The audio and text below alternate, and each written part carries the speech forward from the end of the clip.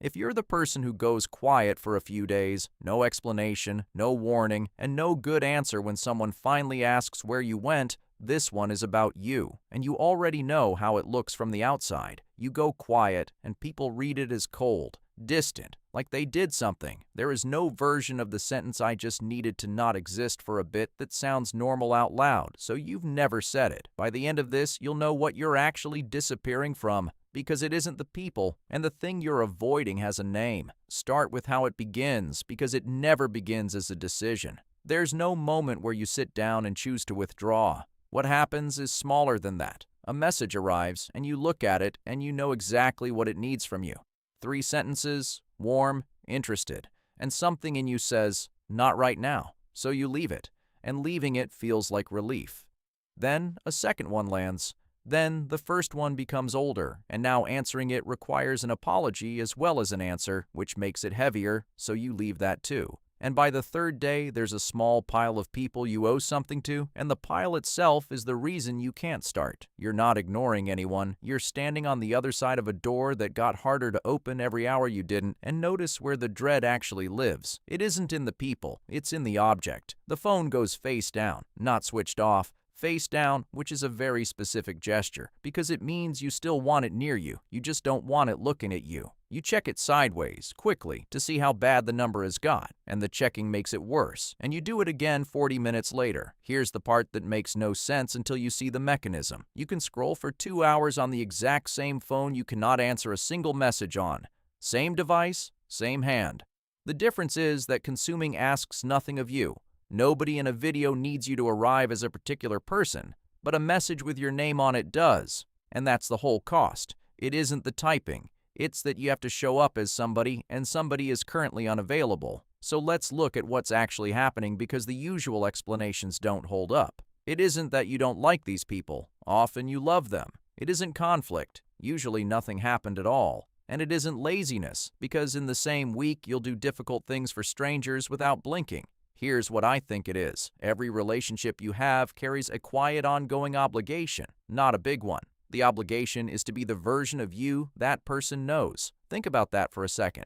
With one friend, you're the funny one. With another, you're the reliable one, the one who has it handled. With your family, you're whoever you were at 17, still. With work, you're competent and unbothered. None of those are fake. They're all you. But each of them takes a small amount of maintenance to hold up, and being reachable means all of them are live at once. That's the part nobody accounts for. When your phone is on and your messages are open, every version of you is technically on duty. Any of them could be called at any second, and you have to be able to arrive as that person correctly within a reasonable amount of time. So when you go quiet, you're not withdrawing from people. You're taking every version of yourself off shift. And that's why it feels like such enormous relief, disproportionate to what actually changed. Nothing changed externally. You just stopped being anyone in particular for a while. Now here's the problem, and it's the one that turns a normal need into a mess. There's no acceptable way to ask for this. Try to picture the message. "I'm fine. Nothing's wrong. I just need to not be a person for 4 days." Read it back. It sounds like a rejection, or like something's badly wrong, or like you're being dramatic. Whatever you meant, the person receiving it will hear this is about you, because that's what silence usually means between people. So you don't ask. You just go, and going without announcing it is what creates the actual damage, not the absence itself, because now the absence is unexplained, and unexplained absence generates a debt. Watch how the debt compounds. Day 1, you owe a reply. Day 3, you owe a reply and an explanation for the delay. Day 6, you owe a reply, an explanation, and some acknowledgement that you've been strange. By day 10, the price of coming back has risen so high that staying gone starts to look like the cheaper option, which is completely irrational and also exactly what happens. And in the middle of all this, you'll write the return message about 9 times without sending it. You know the words are the problem, but you can't work out why. Here's why. Every version of the truth sounds like an accusation, and every version that doesn't sound like an accusation is a lie. "I've been really busy." A lie, and you both know it. "I needed some space," implies they were crowding you. "I've been in a weird place," invites a follow-up conversation you specifically don't have the energy for, which is what started this. So you send the lie because the lie is smallest, and the lie costs you something you don't itemize. You've now taught that person that nothing was going on, which means next time it happens, they'll have even less to go on. Each disappearance makes the next one harder to explain, and then the last move, which is the cruelest one you do to yourself. At some point, you decide they're probably better off without the trouble of you, not out of self-pity. It arrives as a reasonable conclusion, based on the evidence that you are, in fact, hard to stay in contact with. So the thing that started as a need for rest ends as evidence against you. Now, before I take this apart any further, if you've been recognizing yourself in the last few minutes, that's what this channel does. One mechanism at a time, taken apart properly, 3 times a week. Subscribing means the next one finds you instead of you having to remember this existed, right?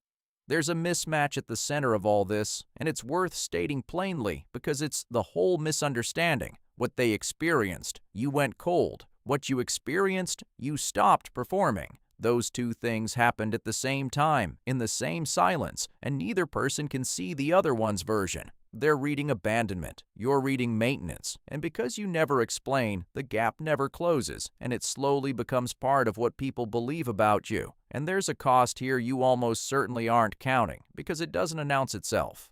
People stop offering, not out of anger. Almost nobody is angry with you. It's simpler and more mechanical than that. Humans route around unreliability without ever deciding to.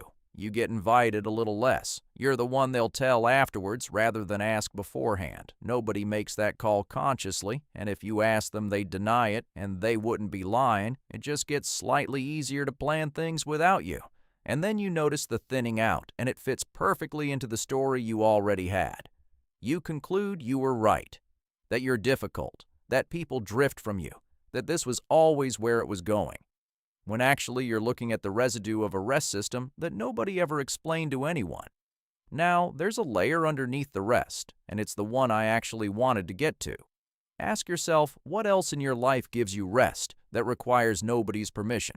Go through it honestly. Time off work has to be requested and justified. Not going to the thing requires an excuse that will be evaluated. Even resting at home is negotiated. With a partner, with a housemate, with the part of you keeping score of what you should be doing instead. Almost every form of rest available to an adult has to be cleared with somebody. Disappearing doesn't. It's the only one you can take unilaterally. That's why it's your default and why the advice just tell people has never worked on you. It isn't that you haven't thought of it. It's that telling people converts the one thing that needed no permission into another thing that has to be approved. You'd rather pay the debt afterwards than ask for the thing in advance, because at least the debt is on your own terms. And this usually didn't start with you being an adult with a busy phone. If you grew up somewhere, your moods became other people's business, where being quiet got investigated, where a closed door was treated as a statement, where I need a bit of space was heard as an accusation and had to be immediately walked back. Then you learned something specific. You learned that stated needs get negotiated, discussed, sometimes overruled, but absence doesn't get negotiated. Absence just happens, and by the time anyone objects, you've already had the thing you needed. So you didn't develop the habit of asking for room. You developed the habit of taking it quietly, because taking was reliable and asking wasn't. That's not manipulation. That's a child finding the one lever that worked and then never being given a reason to put it down. There's one more piece, and it explains why the return is always so awkward. When you finally come back, you don't come back as yourself. You come back overcorrected, extra warm, extra available, apologizing for a gap you can't explain, and quietly working off the balance for the next 2 weeks, which means the version of you that returns is even more maintained than the one that left. And a more maintained version is more expensive to hold up. So the next disappearance, that's the loop, not a character flaw. A rest system with no legal way to file a request and a repayment plan that makes the next collapse arrive faster. So what actually helps?